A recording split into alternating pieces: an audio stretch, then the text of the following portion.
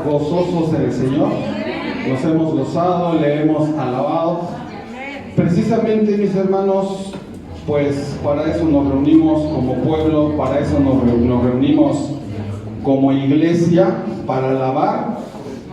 Y más que una reunión, simplemente es, más que una simple reunión, es una celebración a nuestro Dios.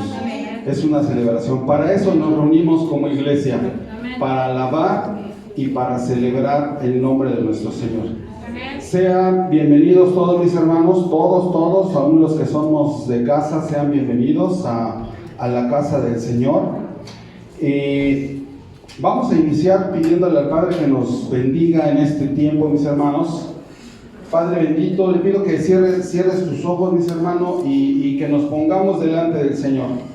Todos necesitamos de la guía, de la presencia de Dios, tanto los que comparten la palabra, los que ministran la alabanza, los que reciben su palabra. Oremos para que el Señor abra nuestros ojos, abra nuestros oídos, abra nuestro entendimiento y que esa palabra llegue hasta lo más profundo de nuestros corazones. Bendito Dios y Padre de nuestro Señor Jesucristo, venimos delante de tu presencia, Señor, pidiéndote que tu santa presencia permanezca con nosotros, Señor. Quita de nosotros toda venda, quita de nosotros todo aquello que impida que nuestros oídos puedan oír tu palabra, Señor. Quita toda distracción, quita todo aquello que pueda haber en nuestros corazones que puede impedir que tu palabra, Señor, penetre hasta lo más profundo, Señor. Nosotros solamente somos un instrumento que tú utilizas, Padre, pero tú eres el que verdaderamente hace la obra, Señor. Tu palabra nos enseña que uno es el que expone, uno es el que enseña, uno es el que siembra, otro es el que cosecha, pero tú eres, Señor, el que das el crecimiento a cada uno, Señor. En el nombre de Jesús, nosotros solamente somos instrumentos en tus manos. Nosotros damos tu mensaje, Señor, pero tú eres el que lo haces prosperar y fructificar, Señor, porque esa es tu palabra, la que no regresa sin haber cumplido el propósito para el cual tú la has enviado, Señor. Gracias, bendito Dios, te alabamos y te bendecimos. Le voy a pedir entonces, mi hermano, que abra la copia de sus escrituras que tiene, su Biblia, la vaya abriendo, por favor, y vámonos al Evangelio según Mateo. En el Evangelio según Mateo, capítulo 21. El Evangelio de Mateo, capítulo 21. Pensando en qué íbamos a compartir, estábamos trabajando sobre un tema, pero de pronto yo sentí en mi corazón por parte de Dios que teníamos que abordar un tema importante por las fechas que estamos viviendo actualmente en nuestro país y a nivel mundial, acerca de la celebración de la Semana Santa, mis hermanos. La Semana Santa, la semana que la Iglesia Católica Apostólica hacen una celebración en donde, pues, sin ningún fundamento bíblico, hacen una serie de celebraciones, una serie de actos, incluso hacen una representación de la pasión de nuestro Señor Jesucristo con rituales y tradiciones que nada tienen que ver con lo que la palabra de Dios nos enseña. El pasado 22 de febrero, yo lo sé todo esto porque en el trabajo tengo dos compañeras que específicamente una de ellas está muy metida en la Iglesia Católica y la otra es muy católica, y pues llevan a cabo todo lo que es el miércoles de ceniza, que hoy es viernes y hoy no vamos a comer carne, etcétera, etcétera, etcétera. Tratan ellas de guardar todo lo que tradicionalmente enseña la Iglesia Católica. Entonces, el pasado 22 de febrero, ellos arrancaron estas celebraciones, si así le podemos llamar, con el llamado del miércoles de ceniza. Y de ahí pasan 6 semanas en las que los días viernes no puedes comer carne porque es vigilia, y después ellos hacen una celebración un domingo antes de la Semana Santa, en donde es el Domingo de Ramos, que es el que viene, y después hacen la representación de Cristo, de la Pasión de Cristo, el Sábado de Gloria, Domingo de Resurrección, todo esto, todo el rollo. Yo del único que me acuerdo es el Sábado de Gloria, cuando yo era católico, cuando aún el Señor no me rescataba, por las cubetadas de agua que nos echábamos. Y pregúntenme por qué, pues quién sabe, pero pues hay que echárnoslas, ¿no? Es divertido y órale, hay que entrar. Pero de ahí en fuera no tenía yo ninguna información del porqué de la Semana Santa. Para mí como joven, pues era una semana de vacaciones, una semana de descanso, de cotorrear y nada más. Pero creo que así es en la mayoría de los católicos, que es una semana X, o sea, realmente no les interesa, realmente no, son solamente tradiciones, son solamente rituales que siguen, pero yo creo que el 99% del católico no le interesa saber, no quiere, no le preocupa conocer. Debe de haber por ahí algunos católicos sinceros que sí sigan las tradiciones, si haya un recogimiento espiritual, si se preocupen por saber qué significa, de qué se trata y qué puedo hacer para mejorar mi condición espiritual delante de Dios. Sabemos que no pueden hacer mucho porque no tienen a Cristo en su corazón, que es lo principal, pero bueno, a lo mejor tratan de ser sinceros en su caminar en el Señor. Pero ellos se escudan diciendo precisamente, yo estoy del lado de la zona de Iztapalapa, y ellos se escudan diciendo que esta es una tradición que tiene muchos años, y sí, efectivamente, la representación que hacen en Iztapalapa tiene años, más de 100 años, no sé cuántos, sería cosa de meterse a investigar y todo un tema, ¿no? Pero tiene muchos años. Pero el que tenga muchos años no quiere decir que estén en lo correcto. El que pudieran tener 1000 años y pueden estar viviendo 1000 años en el error. O sea, realmente no tiene nada que ver con la semana, con lo que realmente Dios nos pide a nosotros. Ellos celebran una Semana Santa, pero a nosotros Dios nos pide no una Semana Santa, nos pide una vida santa, una vida en santidad, una vida que todos los días tenemos que estar buscando agradar a Dios y hacer su voluntad. ¿Y cómo vamos a hacer su voluntad? Pues primeramente conociéndolo. Yo no puedo agradar a Dios si no conozco su palabra. ¿Estamos de acuerdo? El Señor no nos pide que seamos, nosotros no somos santos. Recuerde que nosotros hemos sido santificados gracias al sacrificio y la obra redentora de Cristo en nuestras vidas, ¿sí? Entonces me quedó claro que lo que vino a mi mente por parte del Espíritu era pues que estudiáramos un poco acerca de lo que representa realmente esta semana. Estas semanas deben de ser, para el pueblo cristiano, deben de ser un tiempo en el que nos dediquemos a leer las Escrituras, a escudriñar y realmente aprender lo que significa el sacrificio expiatorio de Cristo en nuestras vidas, y conocerle más y amarle más y darle gracias por ello y adorarlo por ello. Eso es de lo que se trata, el conocer, no porque sea una Semana Santa, sabemos que ni siquiera fue en estas fechas, etcétera. Ahorita vamos a dar más datos acerca de eso, pero lo importante para el pueblo cristiano es conocer su palabra. Y me quedó bien claro, mis hermanos, que nos hace falta mucho conocimiento. Yo de hecho nunca había buscado o estudiado así de una manera específica esa semana la última semana que Jesús estuvo ministrando en la tierra. Nunca me había metido yo tan al detalle, y hay tantas cosas, hay tanta información tan valiosa para nosotros, para edificarnos, para crecer, para aprender acerca del sacrificio expiatorio de Cristo, que me quedó bien claro que nos hace falta mucho conocimiento, mucho estudio de la palabra. Entonces, vamos a comenzar, mis hermanos. Vamos a comenzar. Entonces, bueno, regresando un poquito, ya vimos que lo que el católico celebra, pues no tiene nada que ver. Tradiciones, ideas que no tienen nada que ver con la iglesia cristiana o con la palabra del Señor. Lo que la palabra nos enseña, y es a partir de este capítulo 21 en adelante, en el caso específico del Evangelio según Mateo, y en los 4 evangelios según Mateo, Marcos, Lucas y Juan, hablan diferentes detalles acerca de esa última semana que nuestro Señor Jesucristo estuvo antes de ir a la cruz del Calvario, y es lo que vamos a estar hablando ahorita. Pero yo les quiero decir lo siguiente. El entorno en el que sucedió esta semana, en la que la última semana que Jesús anduvo predicando en Jerusalén, vamos a analizar un poquito. Sucede que Jesús había estado enseñando la palabra por 3 años. Ya tenía 3 años que había iniciado su ministerio, predicando en Judea y en Galilea. Iba y venía, predicaba, enseñaba la palabra.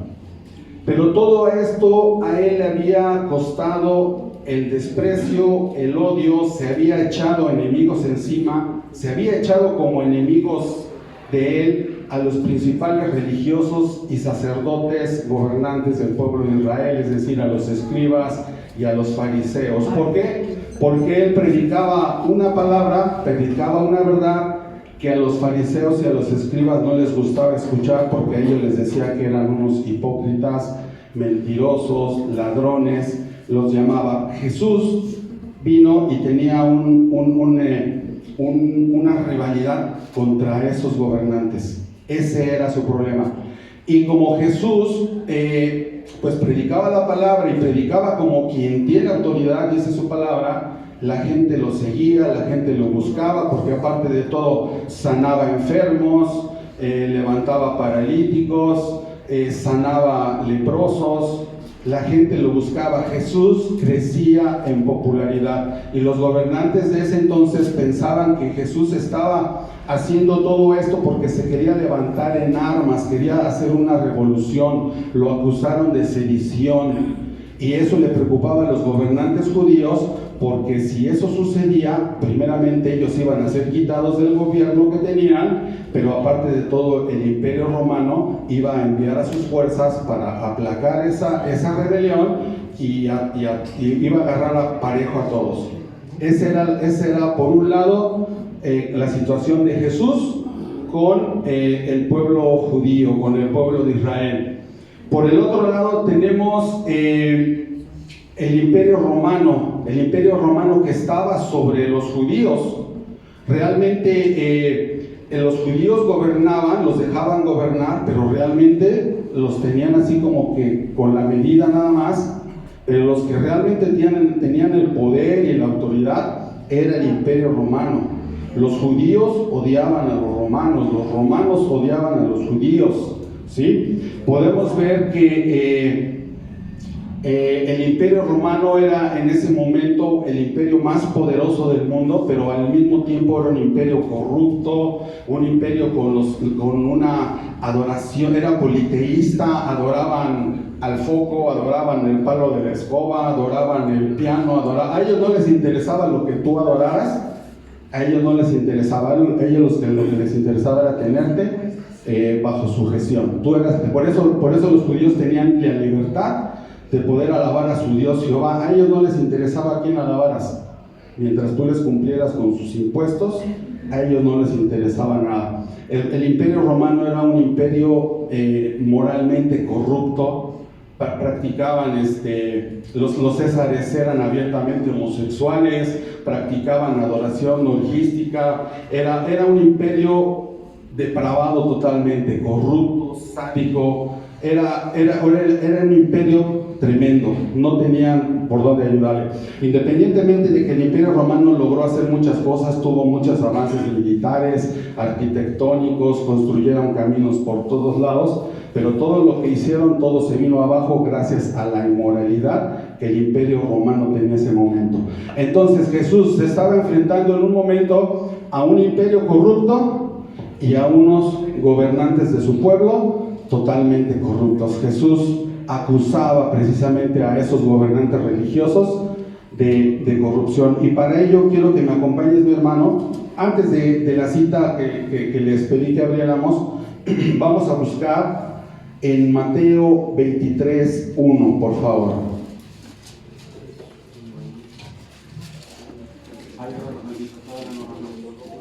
Mateo 23:1.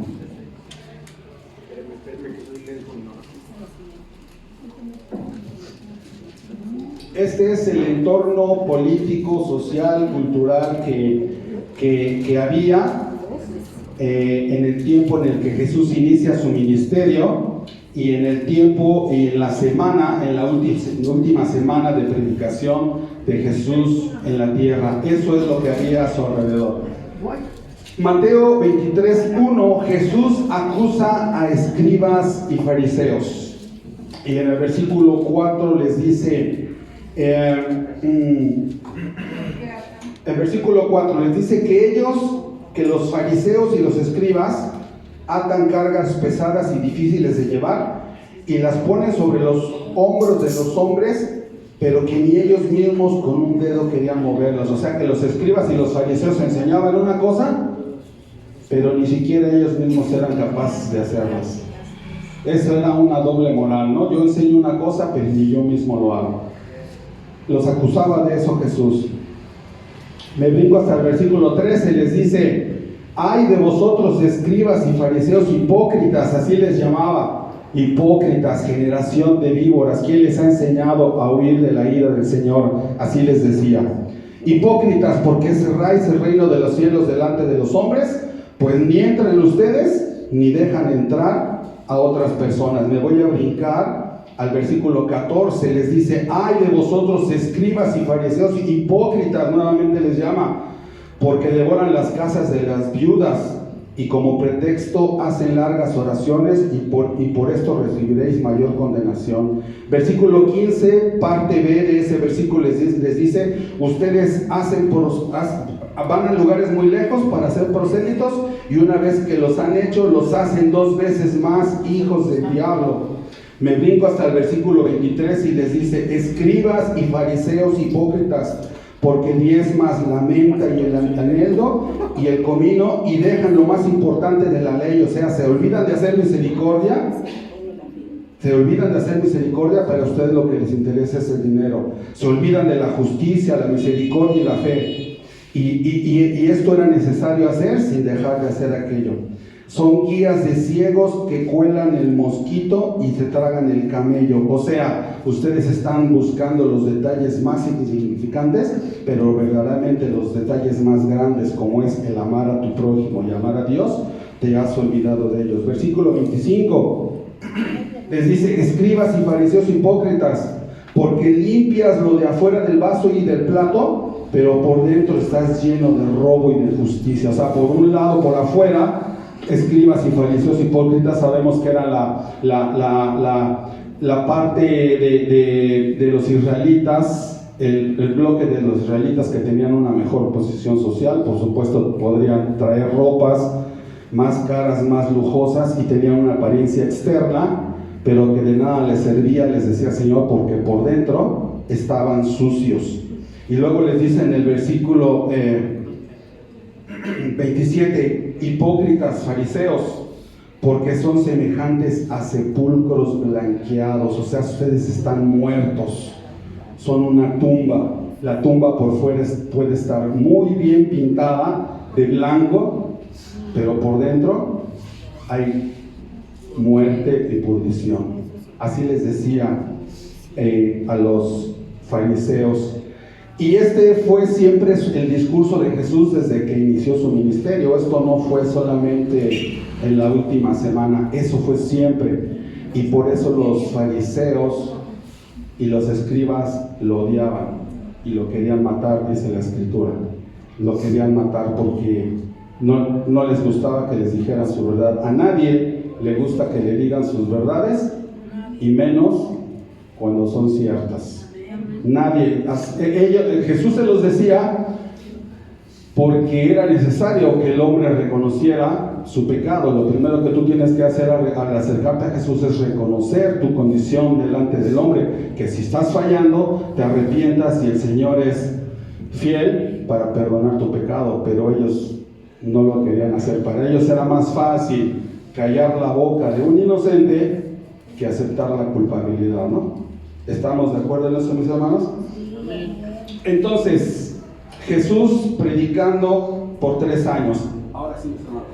Ahí tenemos nuestra primera imagen. Vamos a la segunda imagen. Dice que Jesús anduvo predicando por todos lados, que iba de Galilea, que era la región donde él vivía, y después iba a Judea y regresaba, y que andaba predicando, predicaba en las montañas, predicaba junto al mar, le predicaba a los niños. Dice que muchas veces estuvo en el templo, ahí en el pórtico de Salomón, predicando dentro del templo. Él anduvo por todos lados predicando la palabra, predicando el evangelio, diciendo: arrepentíos porque el reino de los cielos se ha acercado. Esa era la predicación que Jesús tenía. Predicaba a grandes multitudes, a veces estaba en algunas casas, a veces estaba solamente con sus discípulos y les explicaba algunas de las cosas que ellos no habían entendido. Él se la pasaba predicando y enseñando su palabra. Así estuvo 3 años Jesús predicando. Dice que Jesús predicaba junto al mar, predicaba, recordemos el sermón del monte, donde alimenta a más de 5,000 personas.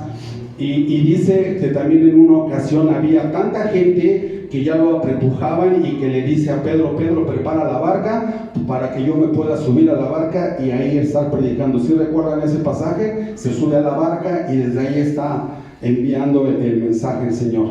¿Sí? Jesús, ese era su ministerio, predicar el evangelio.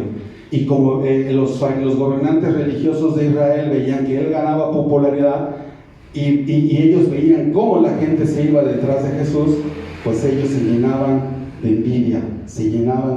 Recordemos que la envidia es una obra de la carne. O sea, ellos no tenían en su corazón el poder reconocer a Jesús como verdadero enviado del Padre.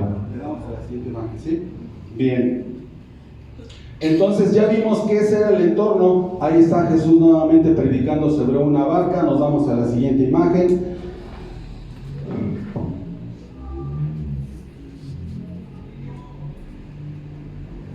Bien, tenemos ahí a Jesús también otra vez predicando. Damos a la siguiente. Y entonces ahora sí nos vamos a ese capítulo 21 que yo les había dicho.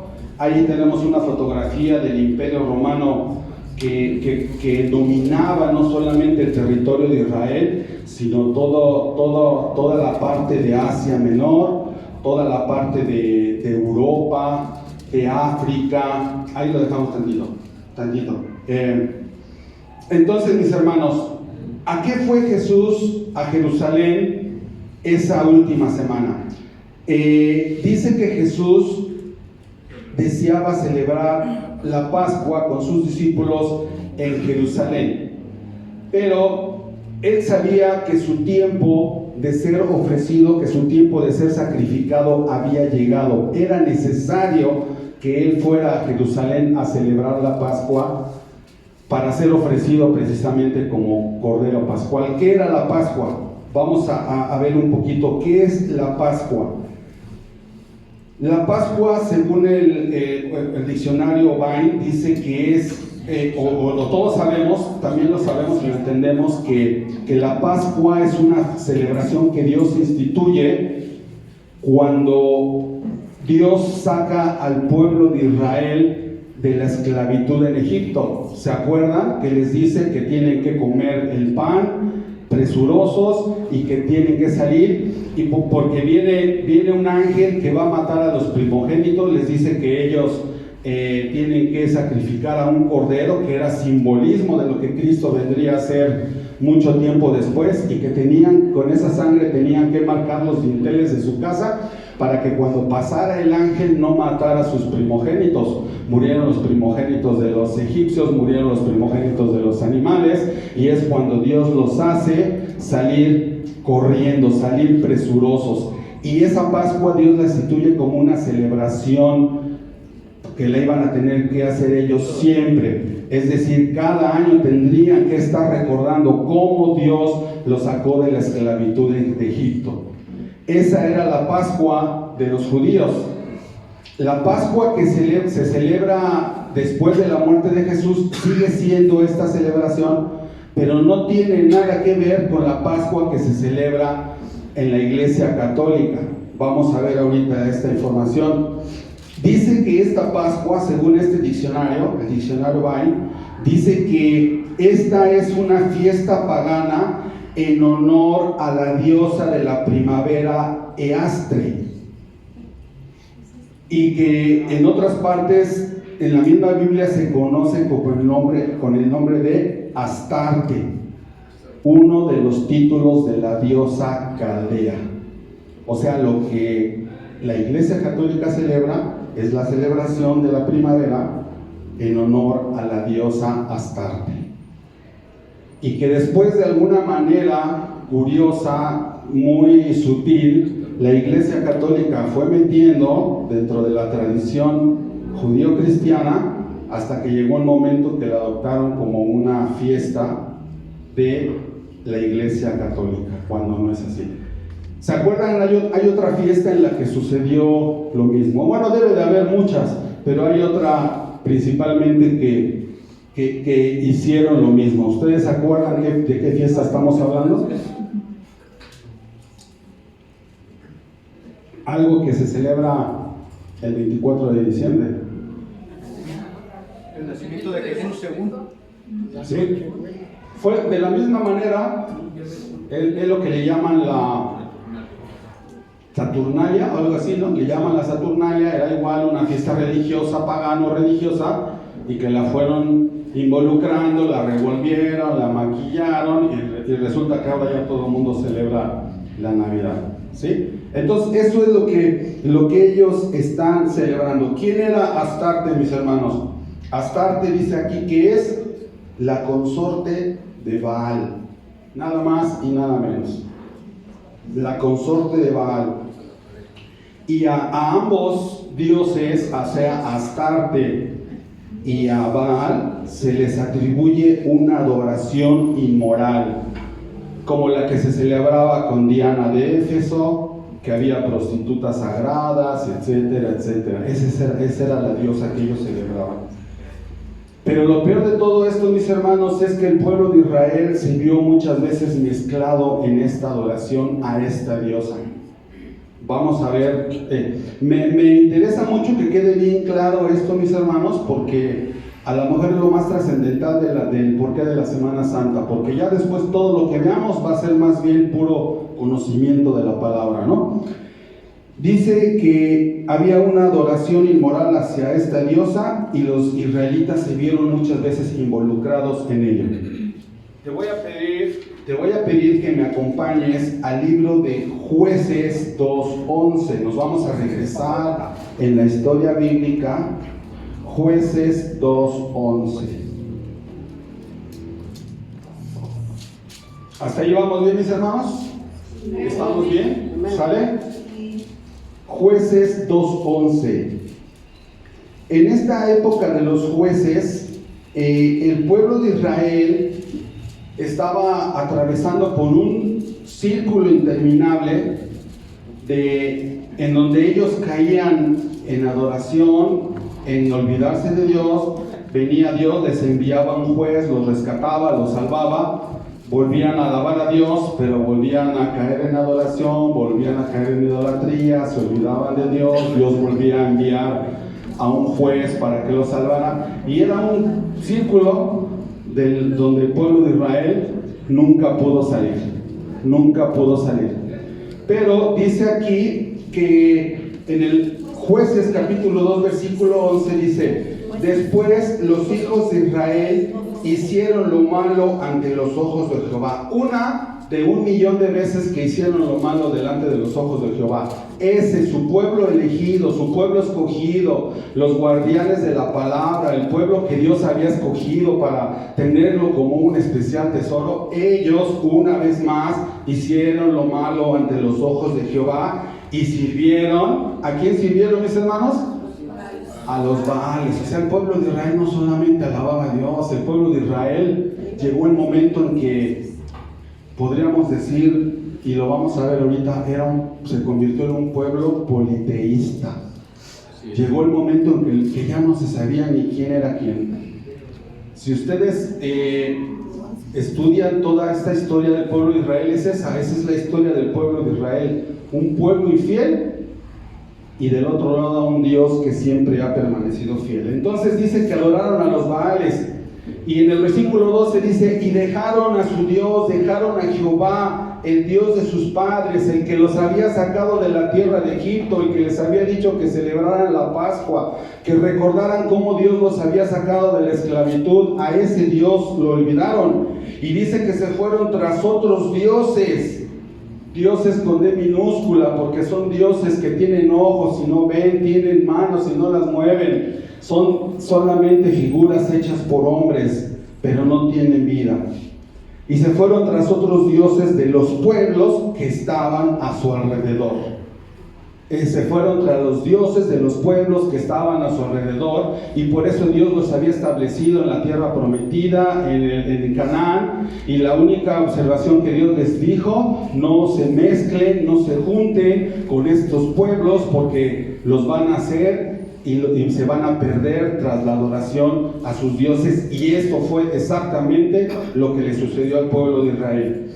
De los pueblos que estaban en su alrededor, a los cuales adoraron y provocaron a ir a Jehová, y dejaron a Jehová, dejaron al Señor, se olvidaron de su Señor y adoraron a quién, mis hermanos, a Baal y a Astarot, la diosa de la primavera, una diosa caldera. Ahí está su Semana Santa, mis hermanos. Ahí está su Semana Santa. O sea, esto no es nuevo, es un truco viejo del diablo que ya se los había vendido, ahora lo pintó y lo forró de otro color y se los vuelve a vender bien barato. Ahí está la adoración. ¿Qué serán? Como 1000 años antes de la venida de Cristo, 1200 años antes de la venida de Cristo. Ahí está la adoración a esta diosa. ¿Sale? Hasta ahí vamos bien. Dejaron, el pueblo de Dios se olvidó de su libertador. Y después, vámonos más adelantito, un poquito más adelante ahí, unos libros más adelante, al libro de Segunda de Reyes 23. Segunda de Reyes, capítulo 23.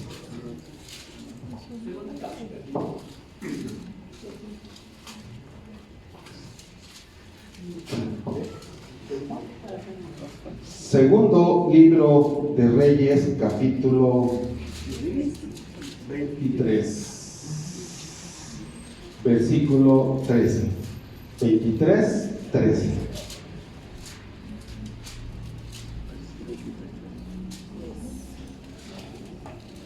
Bien, aquí nos está hablando, tiene un subtítulo en donde dice reformas de Josías. Reformas de Josías. Josías, ya la tenemos, mis hermanos, los espero un poquito más. Segundo de Reyes está pegadito a Primera de Reyes, Primera de Reyes, antes está Primera de Samuel, Segunda de Samuel, Primera de Reyes, Segunda de Reyes, y está antes de Nehemías, Esdras. No, es pegadito al Apocalipsis, dice mi hermano Juan. Los esperamos, mis hermanos, nos esperamos para que no se pierdan el detalle de esto. Es súper importante, súper importante esta información. Como esto te puede servir como material para que en este tiempo que pues si se da la oportunidad de compartirle a alguien acerca de la Semana Santa, vean precisamente de dónde viene esta adoración, ¿no? De dónde viene todo esto, de toda esta mezcolanza de adoraciones a dioses paganos, abominables a Dios.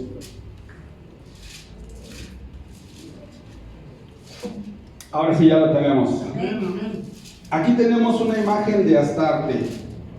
Y yo busqué como que la más bonita, pero hay unas más grotescas, más feitas. Esta es una imagen para que tengan más o menos la idea. Más horrorosa. Astarte era una cosa fea. De hecho, había una diosa. ¿Quién fue? Una diosa que el libro de los Hechos nos enseña que había caído del cielo. ¿Fue Diana, pastor? Diana de los Efesios, que cayó del cielo, dice la palabra. Dice la palabra que ellos adoraban a Diana porque ellos tenían entendido que ella había caído del cielo. Y se cree que era como una especie de meteorito que cayó, por lo tanto era una piedra, una figura grotesca y fea. Y esa era la diosa Diana que ellos adoraban, una piedra grotesca, o sea, ni siquiera era la Diana que después nos presentaron, una mujer, o la Diana, más bien es la Diana cazadora que está ahí en Reforma. Esa Diana nos la trajeron de Éfeso y ahí la pusieron en el Paseo de la Reforma. Es la misma Diana, mis hermanos. La pusieron allí con la rayadita. Exactamente, sí.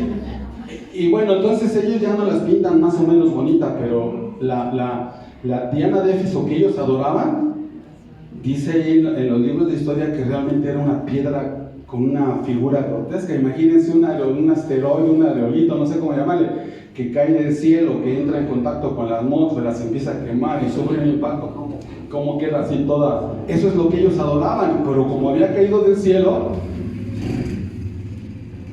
y dice la palabra que el Señor descendió del cielo, y la imagen de nuestro Señor Jesús no es ni grotesca ni grosera, es todo amor, dice su palabra que Jesucristo es la imagen del Dios invisible. Jesucristo es la imagen del Dios invisible. Entonces, en Segunda de Reyes nos está hablando de un rey Josías. ¿Quién era Josías? Josías fue un rey descendiente de David, descendiente de Salomón, que estaba en la misma línea genealógica de Jesús. Pero dice que el pueblo de Israel se había desviado mucho, habían hecho altares para uno, habían hecho altares para otro, el templo estaba horrible, el templo que Salomón había establecido, en donde descendió la Shekinah de Dios y llenó con una nube y que descendió fuego y quemó los holocaustos, ese majestuoso templo que había levantado, que le invirtieron millones y millones de pesos en piedras preciosas, en oro y todo. Llegó el momento que dentro del templo había prostitución, había imágenes de Baal, se había pervertido totalmente ese pueblo de Israel, ese templo que había sido consagrado para que la bendita presencia de Dios habitara en ese lugar, había desaparecido. El pueblo de Dios estaba viviendo una época de decadencia total y absoluta, vivían en la inmoralidad. Entonces de repente el rey Josías, cuando toma el trono, se encuentra que en el templo hay unos rollos de la ley y los comienza a leer y comienza a darse cuenta de que el pueblo de Israel había vivido por muchos años alejado de Dios, y él comienza a hacer reformas religiosas que le agradaron a Dios. Comenzó a hacer reformas religiosas. ¿Qué tipo de reformas religiosas empezó a hacer? Fueron las siguientes. En el versículo 4, en la segunda parte del versículo 4, dice que él ordenó a los guardianes de la puerta que sacaran del templo de Jehová todos los utensilios que habían sido hechos para Baal. O sea, dentro del templo de Salomón había muchos utensilios que servían para adorar a Baal. Versículo 5: y quitó a los sacerdotes idólatras, los sacerdotes que Dios había establecido de la descendencia de Aarón, para que ministrasen delante de la presencia en santidad, y que solamente una vez al año el sumo sacerdote pudiera entrar. Pues aquí está lo que sucedió con ellos: sacerdotes idólatras que habían puesto los reyes de Judá. ¿Para qué los pusieron esos sacerdotes? Ya no era para encender el fuego de los candelabros, ya no era para poner los panes de la proposición, ya no era para regar la sangre, para hacer los sacrificios en el altar, ya era para quemar incienso en los lugares altos de las ciudades de Judá. O sea, sacerdotes al servicio del mismísimo Satanás. Así hablándolo claro, mis hermanos, ¿no? Y en la última parte de este versículo 5 dice: y quitaron de ahí. ¿Qué dice que quitaron? ¿Qué dice que quitaron, mis hermanos? La última parte del versículo 5 dice que quitaron los signos del zodiaco. Para todos los que yo soy Escorpión, y yo soy Piscis, ¿Y tú qué eres? Y ay, por eso nos llevamos tan bien.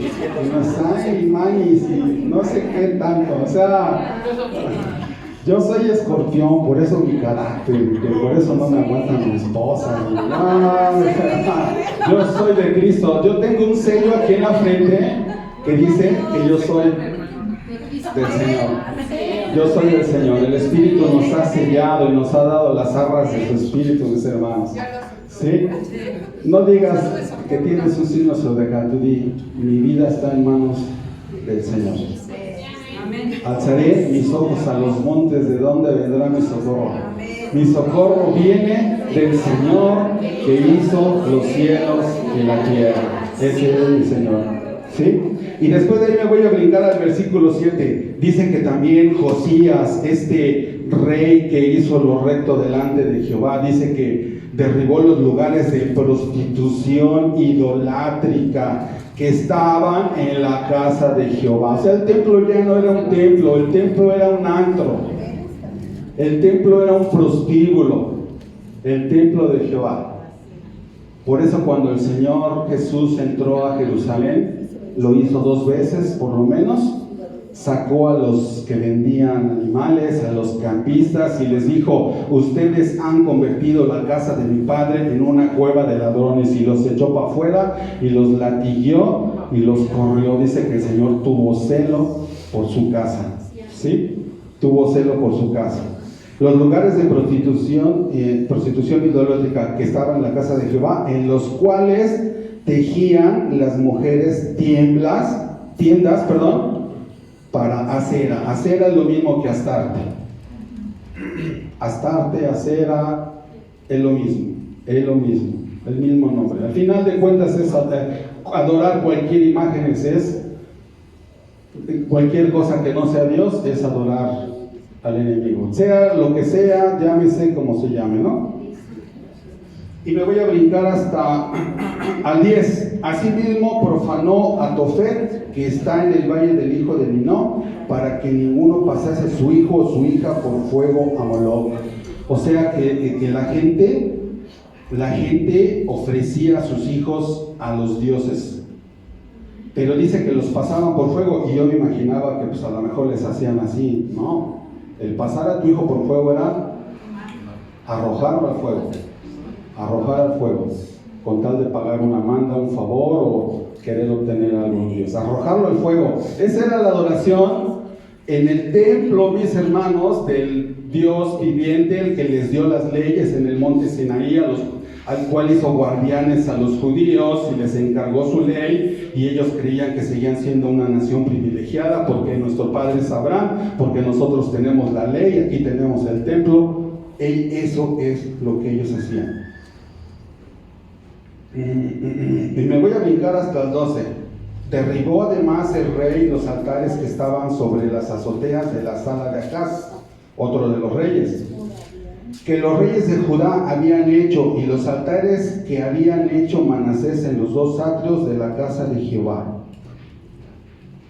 Y voy al 15 y con ese termino, porque si se fijan es prácticamente todo el capítulo que habla de esto.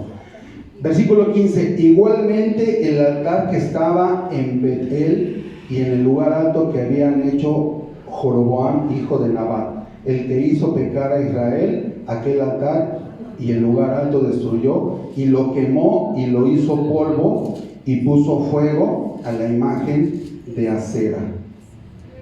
Puso fuego a la imagen de Acera.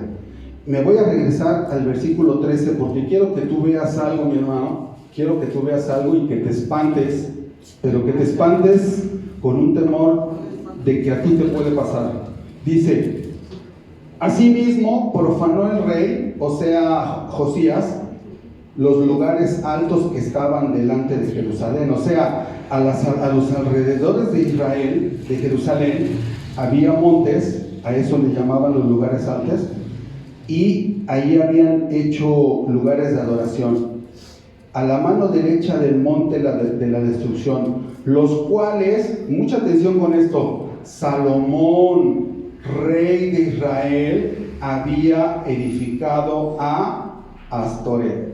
O sea, el mismo Salomón hijo de David, el rey más sabio de la historia del pueblo de Israel, el rey que pudo edificar el templo que su padre David había querido hacer a Dios, el rey más sabio de la historia, el que pidió sabiduría para hacer la voluntad de Dios, ese mismo Dios tuvo un momento de gloria, pero tuvo otro momento en que se fue para abajo y llegó a hacer esto. Eso es para que te espantes, mis hermanos, para que te espantes, porque un día tú puedes estar acá alabando y bendiciendo el nombre de Dios, pero al otro día no sea que te encuentres adorando a los Baales, después de que Dios te ha dado una gran sabiduría, un gran conocimiento, un gran entendimiento de su palabra. Al otro día te puedes encontrar adorando a dioses abominables delante de Dios. ¿Tú te podías imaginar esto de Salomón? ¿Tú sabías esto de Salomón? El rey más sabio. Y al entender más sabio, entendemos pues que entendía muchísimo su palabra, ¿no? ¿Por qué se volvió idólatra Salomón? ¿Por qué se volvió idólatra Salomón?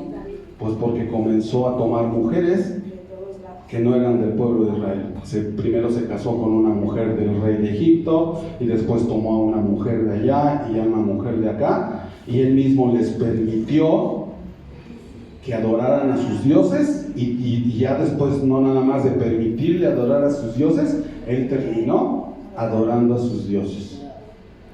Ahí está, a la misma, ahí celebraban sus Semanas Santas. Celebraban sus Semanas Santas. Esta es la información que yo te puedo dar acerca de la raíz de lo que es la semana, el trasfondo de la adoración a Astarte, diosa de la primavera, la cual ya la metieron, la revolvieron, la involucraron, la maquillaron, y que ahora muchos celebran. ¿Hasta ahí vamos bien, mis hermanos? Hasta ahí vamos bien. ¿El cristiano debe de celebrar la Semana Santa? No. ¿Cuál sería la respuesta lógica? No tiene nada que ver con la Semana Santa. ¿Qué tiene que hacer el cristiano durante esta semana y todas las semanas de su vida y de su tiempo? Estudiar y aprender la palabra de Dios. ¿Por qué dice? Mi pueblo fue destruido porque le faltó conocimiento. Por eso, por falta de conocimiento, nos involucramos. Dios quiere la totalidad de nuestros corazones. No quiere que un día estés tú con Él y al otro día estés en otro lado. Dios quiere el 100% de nuestros corazones. Dios no se conforma con menos de todo. Dios no se conforma con menos de todo. ¿Sabes quién sí se conforma con la mitad, aunque sea de tu corazón? El diablo. El diablo sí se consuela con tener por lo menos la mitad de tu corazón, porque sabe que sí. Ya se fue la luz. No. ¿Qué pasó? Se oyó que algo botó. Sí. El break de la... Bueno, él sabe que de alguna manera, si él de alguna manera logra desviar tu atención de las cosas de Dios, si él logra desviarte un poquito, mi hermano, para él eso ya es una gran ganancia, porque él habrá cumplido su objetivo, que es que tú te distraigas, que tú te extravíes. Por eso no le des nada, no le dejes nada a él, que tu mirada y tu atención siempre estén al 100% al Señor. Pero para esto, esta es, digamos, es una lección de historia del pueblo de Israel, pero nos va a servir para poder compartir, enseñar a la gente que nos pregunte acerca de dónde viene esa celebración de Semana Santa. ¿Sale? Y ahora sí, como diría mi hermano Joel, esta fue la introducción.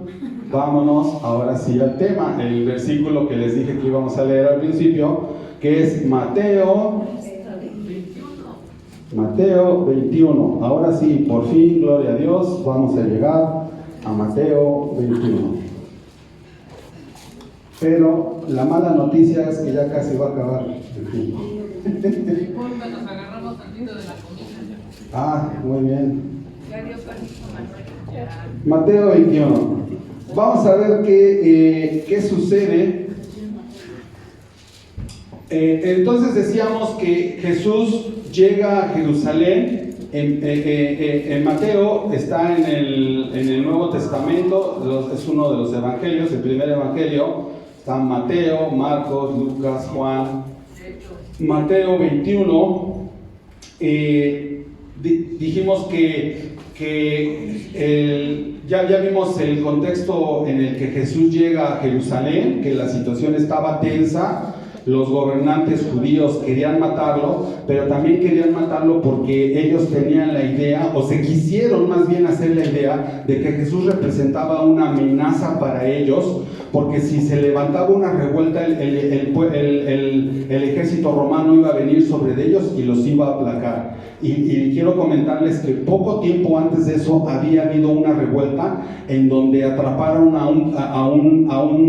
a una persona que hizo sedición, e incluso hubo varios asesinatos, y era Barrabás. Entonces ellos sentían que pudiera suceder lo mismo con Jesús. Entonces ellos pensaban que era mejor que una persona muriera por la paz de Israel a que se provocara un caos político. Esa era una de las ideas que ellos mismos habían vendido. Sabemos que no era así. Jesús va a Israel, va a Jerusalén, pero no va a la fuerza. Dice: nadie me quita la vida, yo la doy por mí mismo. Él sabía que tenía un propósito, él sabía que él tenía un llamado que cumplir, y él sabía que ese era el tiempo preciso y justo en el cual él tenía que ir a Jerusalén para ofrecerse como Cordero Pascual, como nuestro Cordero Redentor, ¿sale?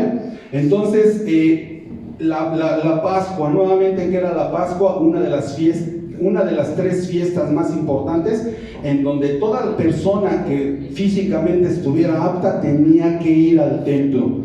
Es decir, aunque tú vivieras en Europa, o tú vivieras en Asia o en África, donde fuera, si tú eras judío, tú tenías la obligación de ir al templo por lo menos una vez al año, y si podías tenías que regresar a la otra fiesta y a la otra fiesta. Israel era un pueblo donde había muchísimas fiestas, ¿sale?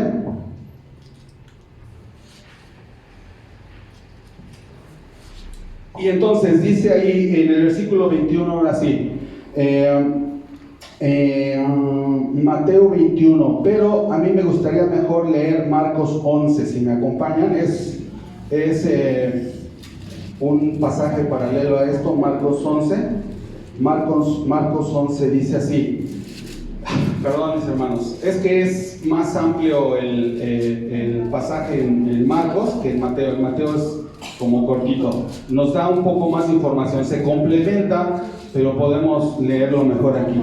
Marcos 11 dice, es el siguiente libro que tenemos ahí. Mateo, Marcos.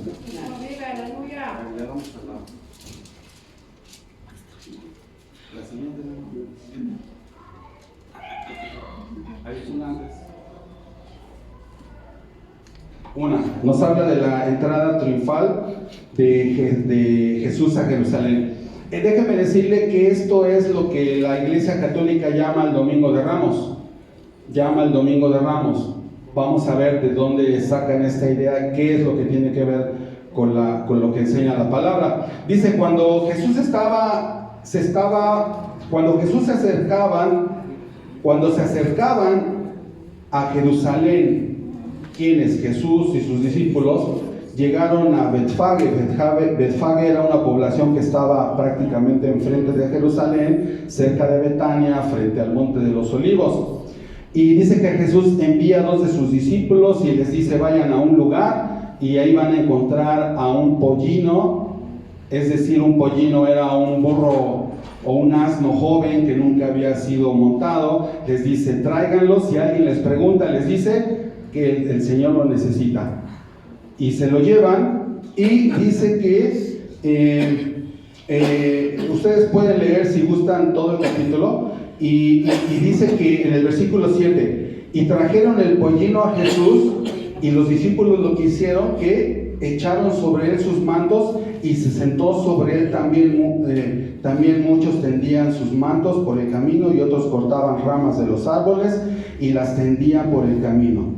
Y los que iban delante y los que venían detrás daban voces diciendo: Hosana, bendito el que viene en el nombre del Señor, bendito el reino de nuestro padre David, que viene, Hosana en las alturas. Es decir, Jesús se monta sobre un pollino, sobre un asno, le pone sus mantos, él va haciendo una entrada a Jerusalén, y la gente que lo ve, porque recordemos que Jesús ya era muy conocido, era muy popular, mucha de la gente que había ido a celebrar la Pascua en ese momento iba con la idea de que probablemente pudieran ver a Jesús el que sanaba, Jesús el que hacía milagros, a Jesús el que había resucitado a Lázaro. Esa era una gran expectativa que el pueblo tenía. El milagro de que Jesús había resucitado a Lázaro fue un hecho, un acontecimiento que se comentó por todo Israel, y mucha de la gente que iba a la fiesta tenía la idea de ver a Jesús, el que había resucitado a Lázaro, y a Lázaro. Ellos querían confirmar con sus propios ojos